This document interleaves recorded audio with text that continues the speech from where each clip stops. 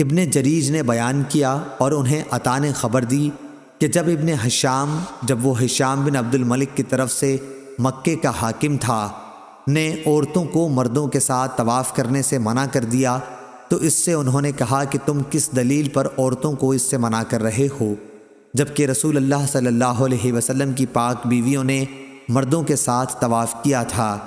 ابن جریج نے پوچھا یہ پردہ کی آیت نازل ہونے کے بعد کا واقعہ ہے یا اس سے پہلے کا؟ انہوں نے کہا میری عمر کی قسم میں نے انہیں پردے کی آیت نازل ہونے کے بعد دیکھا۔ اس پر ابن جریج نے پوچھا کہ پھر مرد عورت مل جل جاتے تھے؟ انہوں نے فرمایا کہ اختلاط نہیں ہوتا تھا۔ عائشہ رضی اللہ عنہا مردوں سے الگ رہ کر ایک الگ کونے میں طواف کرتی تھیں، ان کے ساتھ مل کر نہیں کرتی تھیں۔ ایک عورت وقرہ نامی نے ان سے کہا ام المومنین چلیے حجر اسود کو بوسہ دیں، تو آپ نے انکار کر دیا اور کہا تو جا چوم، میں نہیں چومتی۔ اور ازواج مطہرات رات میں پردہ کر کے نکلتی تھیں کہ پہچانی نہ جاتیں اور مردوں کے ساتھ طواف کرتی تھیں، البتہ عورتیں جب کعبے کے اندر جانا چاہتیں تو اندر جانے سے پہلے باہر کھڑی ہو جاتیں اور مرد باہر آ جاتے تو وہ اندر جاتیں۔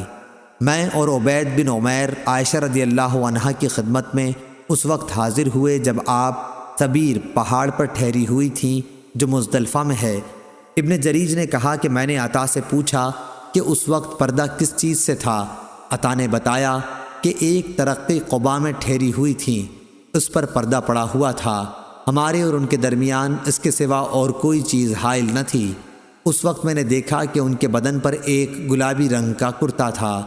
صحیح بخاری حدیث نمبر 1618۔